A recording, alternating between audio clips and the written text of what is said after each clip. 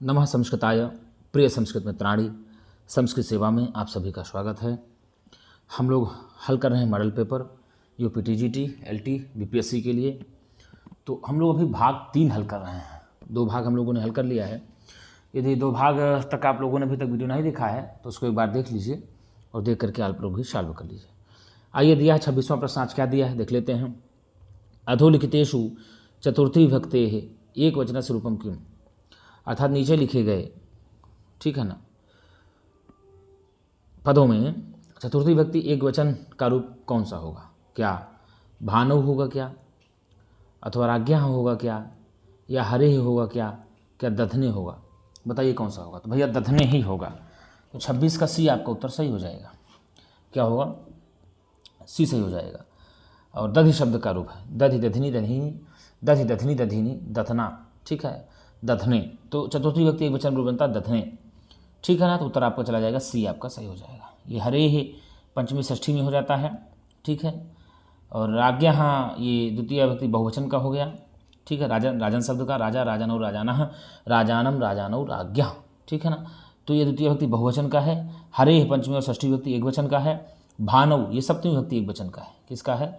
भानौ सप्तमी विभक्ति एक वचन का है। भानु शब्द का रूप है भानु, भानुम भानुना, भानवे भानोह, ठीक है ना। भानोह, भानु भानुम भानुना, भानवे भानोह, भानोह, और बन जाएगा भानव।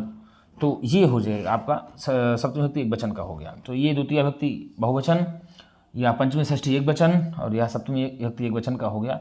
यहाँ पूछा चतुर्थी विभक्ति एक वचन का रूप होगा दधने, ठीक है, दध शब्द का हो जाएगा। आपका उत्तर सी सही हो जाएगा। आगे दिया सुधियम इति कस्याः विभक्तेः रूपम। सुधियम यह किस विभक्ति का रूप है? बताइए।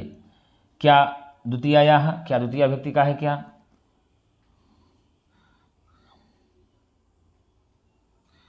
या षष्ठ्या, षष्ठी विभक्ति का है क्या? सप्तम्या, क्या सप्तमी विभक्ति का है क्या? क्या संबोधन से, क्या संबोधन का है क्या? तो भैया द्वितीय विभक्ति एक वचन का है। सुधी, सुधियो, सुधिया, सुधियम, सुधियो, सुधिया, ठीक है। उत्तर आपका ए हो जाएगा। आगे दिया कि गुरुजी मनस्वी कार्यार्थी न गणयति दुखम न च सुखम, ऐसा पंक्ति वर्तते। यह पंक्ति है, बताइए यह पंक्ति कहाँ की है? क्या मूर्ख पद्धति है? क्या मूर्ख पद्धति की है? क्या सुजन पद्धति है? क्या सुजन पद्धति की है? अथवा जो है ले लेंगे आप, क्या कहते हैं, धैर्य पद्धति है? क्या धैर्य पद्धति की है क्या? अथवा परोपकार पद्धति है, अथवा परोपकार पद्धति की है क्या? बताइए भैया ये किसकी है? मनस्वी कार्यार्थी न गणयति सुखम न च दुखम। तो ये उत्तर हो जाएगा आपका 28 का सी, धैर्य पद्धति की है। किसकी है गुरुजी? धैर्य पद्धति की है। किसकी है? धैर्य की है। आपको बता दें, क्वचित् पृथ्वी शय्याः क्वचिदपि च पर्यङ्क शयनः क्वचिच्छाकाहारः क्वचिदपि च शल्योदनरुचिः क्वचित् कन्थाधारी क्वचिदपि च देव्यां वरधरू मनस्वी कार्यार्थी न गणयति सुखम दुखम न च सुखम।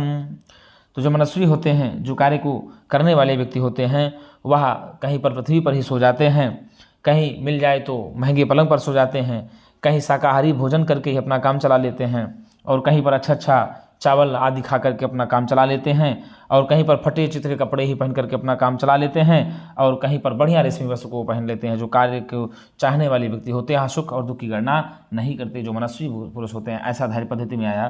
तो आपको बता दें, नीति शतकम में 10 पद्धतियाँ हैं। कितनी हैं? नीति शतकम में 10 पद्धतियाँ हैं। कितनी पद्धतियाँ हैं? नीति शतकम में 10 पद्धतियाँ हैं। तो 10 पद्धतियों में जो धैर्य पद्धति आती है 8वें नंबर में आती है। मंगलाचरण सहित यदि बात किया जाए तो 11 पद्धतियाँ, और मंगलाचरण छोड़ करके यदि बात किया जाए तो 10 पद्धतियाँ हैं भाई साहब। पहला पद्धति है मूर्ख पद्धति। मूर्ख पद्धति से ही भर्तृहरि जी प्रारंभ करते हैं। पहली पद्धति है मूर्ख पद्धति। दूसरी पद्धति के में आएंगे तो विद्वत पद्धति हो जाएगी। और तीसरी पद्धति मानशौरी पद्धति है। कौन सी है? मानशौरी पद्धति तीसरी पद्धति है। अर्थ पद्धति चौथी है। दुर्जन पद्धति पाँचवीं है। सुजन पद्धति छठवीं है। कौन सी? सुजन पद्धति छठवीं है। परोपकार पद्धति सातवीं है। धैर्य पद्धति आठवीं है।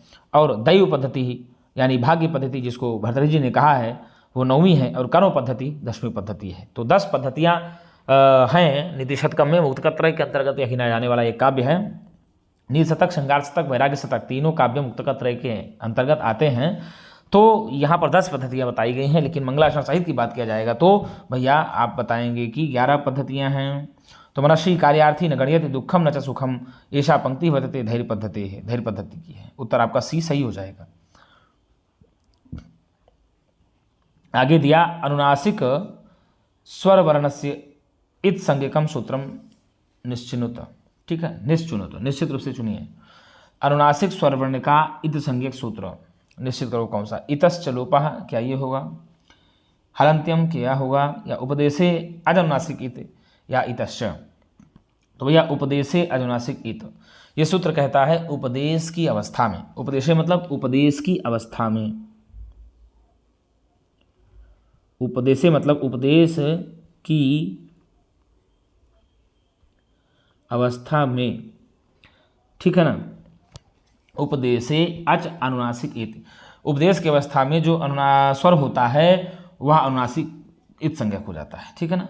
उपदेश की अवस्था में अनुनासिक अच की संज्ञा हो जाती है। किसकी भैया? उपदेश की अवस्था में अनुनासिक अच की संज्ञा हो जाती है। तो आप लगा देंगे सी। आगे देख लिया जाता है क्या दिया। आगे दिया उत्तर रामचरितस्य।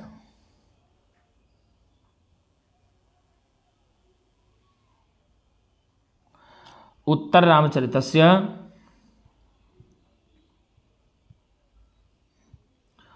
उत्तर रामचरितस्य तृतीयांके रामस्य कथनं नास्ति।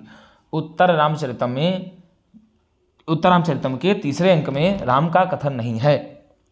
उत्तर रामचरितम के तीसरे अंक में राम जी का कथन नहीं है। सचा कुलपतिराद्य छंदसाम यह प्रयोक्ता, बिल्कुल ये नहीं है। और क्या कहा? दलति हृदयम शोकोद्वेदा वेगाद्विधा तु न भेद्यत, ये है। ये राम जी कहते हैं प्रिया शोको जीवम कुसुममिव घरमोग्लपयत, ये भी नहीं है। परनष्टमिव नामापि न च रामो न जीवति, ये है। ये नास्ति और ये नास्ति, ये दोनों नहीं है। कौन कौन सा नहीं है? 1 और 3 नहीं है। ये भी नहीं है और ये भी नहीं है। ठीक, ये दोनों जो है रामस्य कथनम नास्ति, ये दोनों राम के कथन नहीं है। ये दोनों राम के अस्ति नास्ति पूछा, ध्यान रखिएगा। उत्तर रामचरितस्य तृतीयांके रामस्य कथनम नास्ति, उत्तर रामचरितम के तीसरे अंक में राम का कथन नहीं है। तो दोनों नहीं है। तो 1 और 3 हो जाएगा। और ये जो आपका दोनों कथन है राम का कथन है। दलते हृदयम शोकोद्वेगात् द्विधातु न भिद्यते परनष्टमिव नामापि न च रामो न जीवति, राम के कथन है। आगे दिया तो उत्तर रामचरितस्य पंक्तिम श्लोकानुसारेण क्रमशः योजयत।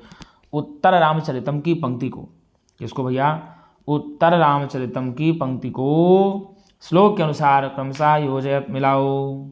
शोकक्षोभे च हृदयं प्रलापैरेव धार्यते, ये तो बात ठीक है, ये बनती है। परिवाह नहीं, पुरोत्पीडे तटाकस्य 1 नंबर में जाएगा। पुरोत्पीडे तटाकस्य परिवाह प्रतिक्रिया शोकक्षोभे च हृदयं प्रलापैरेव धार्यते। तो भैया 4, 2 यहाँ 1 नंबर में आएगा, 2 नंबर पे आएगा, 3 नंबर पे आएगा और 1 नंबर, ठीक है 3 नंबर पे आएगा। तो यहाँ करेंगे आप पुरोत्पीड़ित तटाकस्य परिवाह प्रतिक्रिया, तो इसको 1 में रख दिए, इसको 2।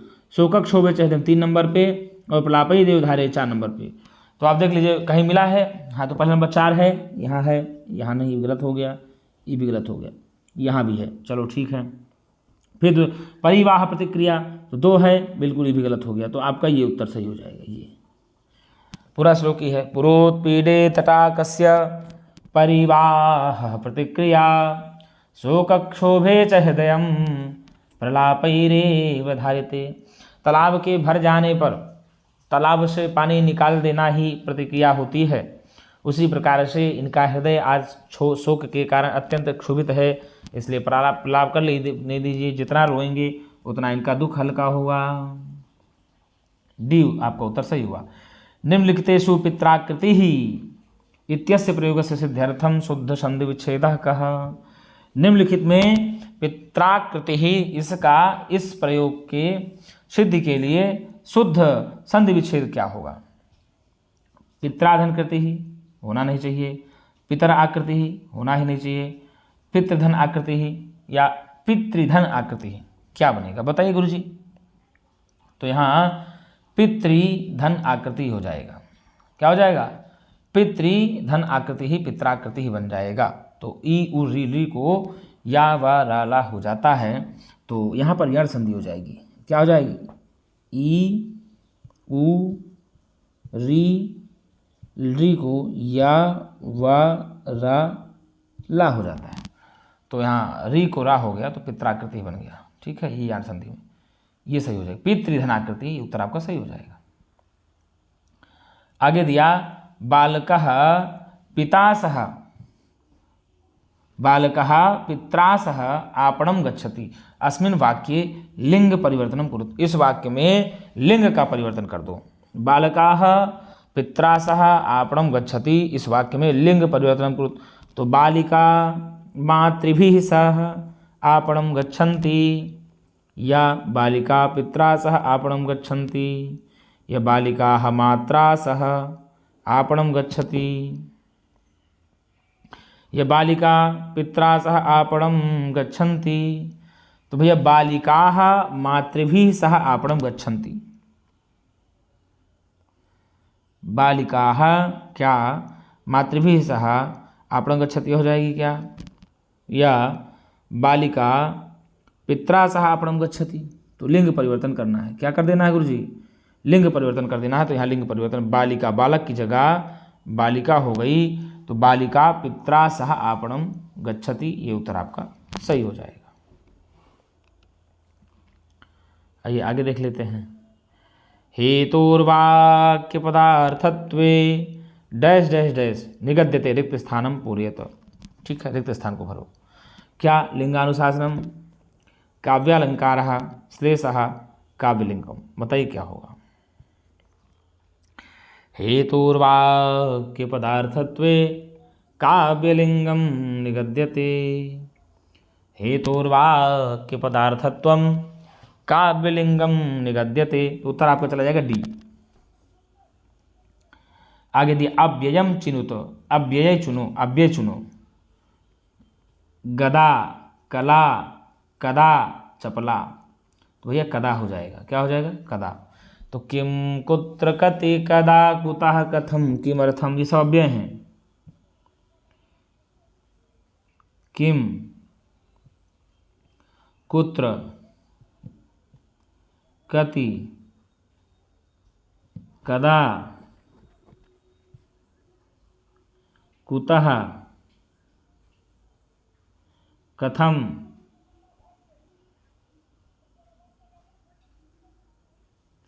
किमर्थम।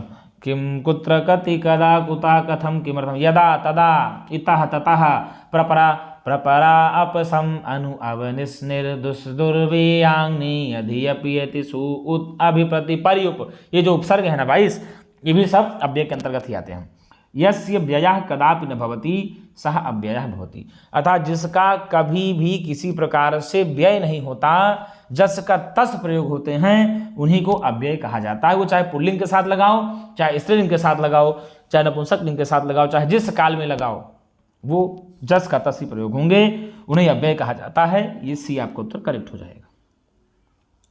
आगे दिया मैक्स मूलर महोदयानुसारेण, किसके अनुसार भैया?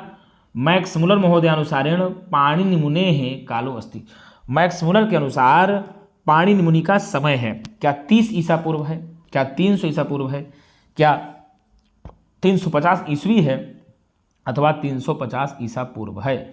तो मैक्स मुलर के अनुसार पाणिनि का समय 350 ईसा पूर्व है। कितना है गुरुजी? मैक्स मुलर महोदय के अनुसार पाणिनि का समय 350 ईसा पूर्व है। आपका उत्तर डी सही हो जाएगा। आइए आगे देख लेते हैं क्या दिया। श्रुत्व प्रकरणे कतिचित् जनाः पदस्य संधि विच्छेदः स्यात्। श्रुत्व प्रकरण में कतिचित् जनाः पदस्य संधि विच्छेदः भवति। तो कतिचित् जनाः पद का संधि विच्छेद होगा। क्या कतिचित् धनजनाः, या कतिचिद जनाः, या कतिचिज् जनाः, या कतिचिच् जनाः? बताइए भैया क्या हो जाएगा? तो ये कतिचित् धन जनाः, कतिचित् जनाः बन जाएगा। कतिचित् धन जनाः, कतिचित् जनाः चुत्व संधि हो जाएगा। ठीक है, आपका उत्तर ए सही हो जाएगा। आगे कहा गव्यम इत्रत्र संधि विच्छेदः कहा। गव्यम में संधि विच्छेद क्या होगा? बताइए। गोधन्यम, क्या गौधन अम, गौधन मम, ग्योधन्यम? बताइए क्या बनेगा? गोधन अम होगा क्या गव्यम में? बताइए। या गौधन अम होगा क्या, या गौधन मम होगा? नहीं, गोधन यम बराबर गव्यम, गव्यम नाव्यम ऐसे बनता है। तो आपका उत्तर हो जाएगा डी फॉर डायरेक्ट, आपका उत्तर सही हो जाएगा। आगे दिया पाणिपादम। पाणिपादम अस्य समस्त पदस्य विग्रह वर्तते। पाणिपादम इस समस्त पद का विग्रह है। बताइए क्या होगा? पाणिच पादस्य तेषां समाहारः। पाणिच पादस्य तेषां समाहारः, क्या ये होगा? पाणिच पादस्य तेषां समाहारः, क्या ये होगा? क्या? या पाणिच पादौ च, हाँ, पाणिच पादौ तेषां समाहारः। पाणिच पादौ तेषां समाहारः, या पाणिच पादंच, नहीं गलत है, यही होगा। पाणिच पादौ तेषां समाहारः।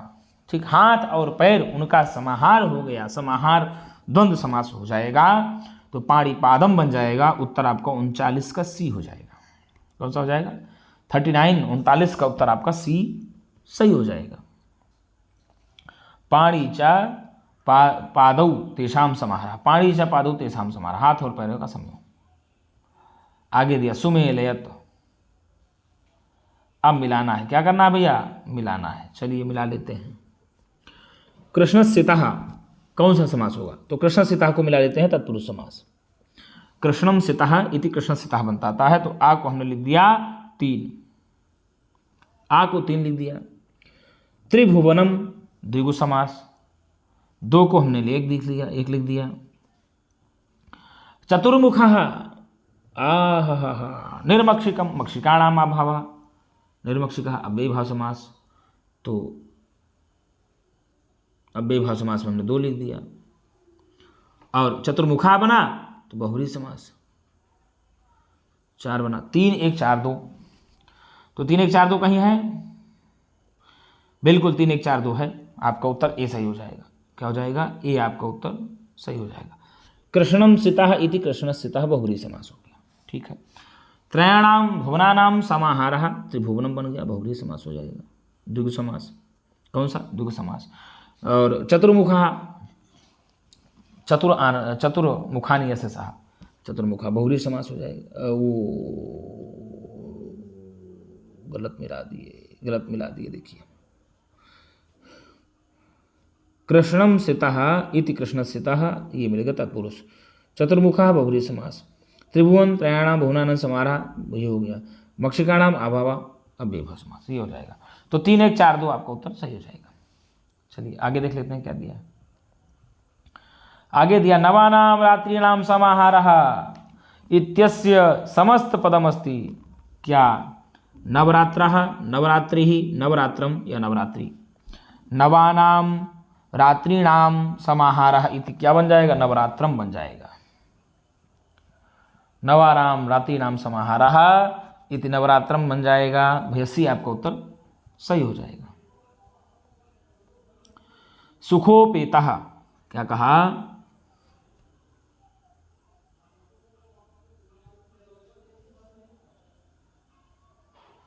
सुखोपेता इत्यत्र समासो वर्तते।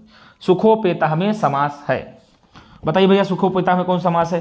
क्या तृतीया तत्पुरुषः, क्या तृतीया तत्पुरुष समास है, अथवा बहुव्रीहि, अथवा बहुव्रीहि समास है, अथवा पंचमी तत्पुरुषः, अथवा पंचमी तत्पुरुष समास है, या कर्मधारयः, क्या कर्मधारय समास है? तो सुखो धन पेतः ये हो जाएगा। ठीक है, सुखोधन पेतः पंचमी तत्पुरुष समास हो जाएगा। क्या होगा गुरुजी? पंचमी तत्पुरुष समास हो जाएगा। विधवा इत्यत्र समासो वर्तते। विधवा इसमें समास हो जाएगा। बताइए भैया विधवा पद में समास होगा। विधवा पद में समास बताइए खटाखट। क्या प्रादि तत्पुरुष समास, या बहुव्रीहि समास, या उपपद तत्पुरुष समास, क्या अव्ययी भाव समास? विधवा यहाँ पर समास हो जाएगा।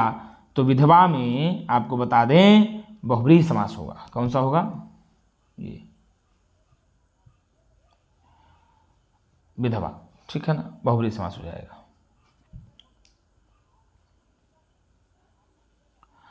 समानाधिकरण बहुव्रीहि समासः नास्ति। समानाधिकरण बहुव्रीहि समासः नास्ति। समानाधिकरण बहुव्रीहि समास नहीं है। बताइए कौन सा नहीं? प्राप्तोदकः, क्या ये नहीं है? ऊढ़रथः, क्या ये नहीं है? चंद्रः शेखरे यशसः, क्या ये नहीं है? उपरहत पशु, क्या उपरहत पशु नहीं है? बताइए गुरुजी क्या नहीं है? तो 44 का जो होगा उत्तर डी हो जाएगा। समानाधिकरण तत्पुरुष समास यही नहीं होगा। चंद्रः शेखरे यशसः, चंद्रशेखरा है बहुव्रीहि समास, लेकिन समानाधिकरण बहुव्रीहि समास नहीं है। आपको उत्तर चला जाएगा डी। क्या हो जाएगा? डी चलाएगा। प्राप्तम उदकम यशसः, प्राप्त उदकः बन जाएगा। ऊढ़ा रथा ये नशा, ऊढ़था बन जाएगा। उपहृत पशु ये नशा भी बन जाएगा, लेकिन ये नहीं है, डी नहीं है। ठीक, आगे दिया शेषो बहुव्रीहि सूत्रोस्ति। अब बताइए शेषो बहुव्रीहि सूत्र है। क्या संज्ञा सूत्रम वर्तते, अधिकार सूत्रम वर्तते, क्या परिभाषा सूत्रम वर्तते, या विधि सूत्रम वर्तते? शेषो बहुव्रीहि कैसा सूत्र है?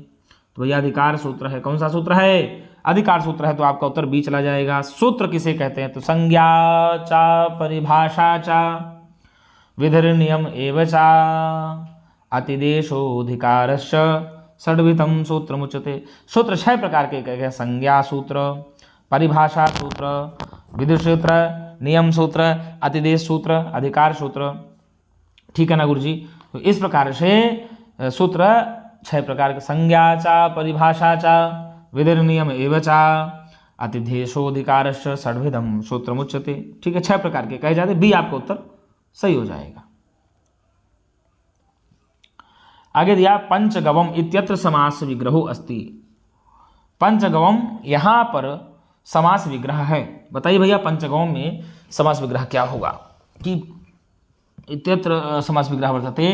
तो पंचानाम गवानाम समाहारः इति पंचगवम, या पंचानाम गोवाम समाहारः इति पंचगवम, या पंचानाम गवाह समाहारः, या पंचानाम गवाम समाहारः इति। हाँ तो भैया पंचानाम गवाम समाहारः, गौः गावो गावः। ठीक है, गाम गावो गाह, गवा गोभ्याम गोभी, गवे गोभ्याम गोभ्या, गोह गोभ्याम गोभ्या, गोह गवो गवाम।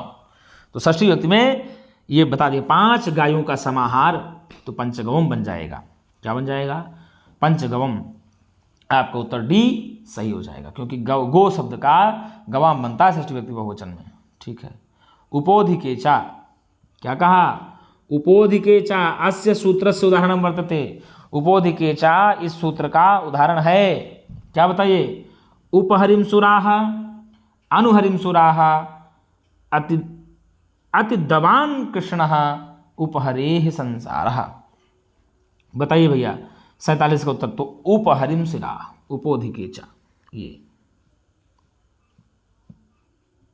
उपोधिकेचा सूत्र का ये हो जाएगा। ये आपका उत्तर सही हो जाएगा। उपहरिम सुराः द्वितीया में। आगे दिया प्रथमा व्यक्ति कस्मिन् अर्थे भवति। प्रथमा व्यक्ति किस अर्थ में होती है? बताइए भैया।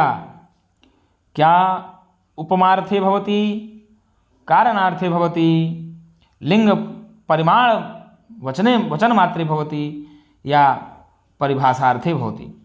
तो प्रथमा व्यक्ति कहाँ होती है? खटाखट बताइए उत्तर। भैया प्रथमा व्यक्ति होती है लिंग परिमाण वचन मात्रे। तो पूरा बता देते हैं। प्रातिपदिकार्थ लिंग परिमाण वचन मात्रे प्रथमा।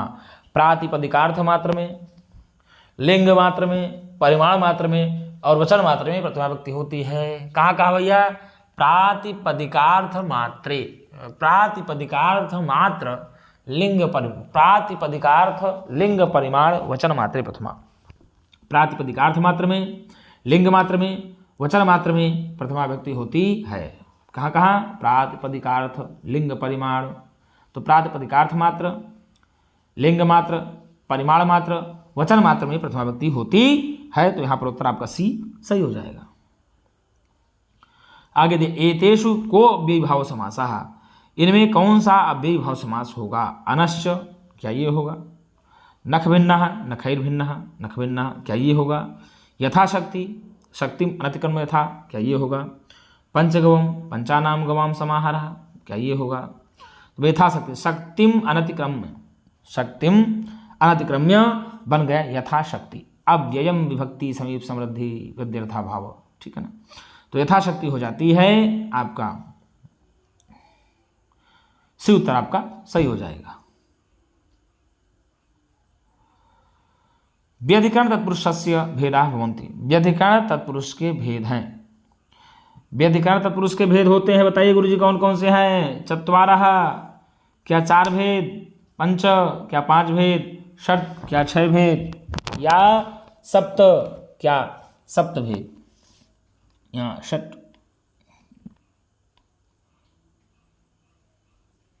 हो जाता, ठीक है। षट भेद, क्या 6 भेद होते हैं? अथवा चत्वारः अथवा 4 भेद, पंच अथवा 5 भेद, या सप्त 7 भेद? बताइए भैया कितने हैं? 50 में बताइए खटाखट, 50 का उत्तर बताइए। तो व्यधिकरण तत्पुरुष समास में 6 भेद होते हैं। एकम, द्वे, त्रीणि, चत्वारि, पंच, षट, सप्त, अष्ट, नव, 10 ऐसे चलता है। तो यहाँ पर 6 हो जाते हैं। तो आपको बता दें, प्रथमा विभक्ति समानाधिकार तत्पुरुष समास के 2 भेद, तत्पुरुष समास के 2 भेद। कितने भैया? 2 भेद। कितने भेद? 2। पहला आया समानाधिकरण,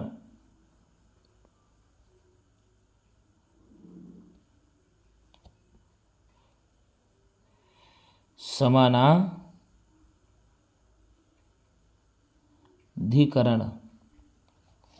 दूसरा व्यधिकरण।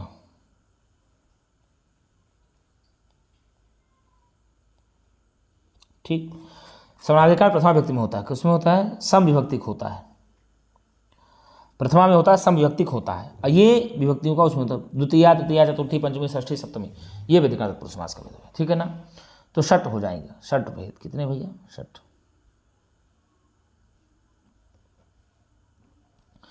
तो मित्रों इस प्रकार से हम लोगों ने पुनः 25 प्रश्नों की प्रश्नोत्तरी को हल किया। 26 से 50 प्रश्नों तक को हम लोगों ने हल किया। इसी प्रकार से हम लोग हल करते रहेंगे और कक्षा भी हम लोग अब एलटी की ही चलाएंगे विशेष रूप से।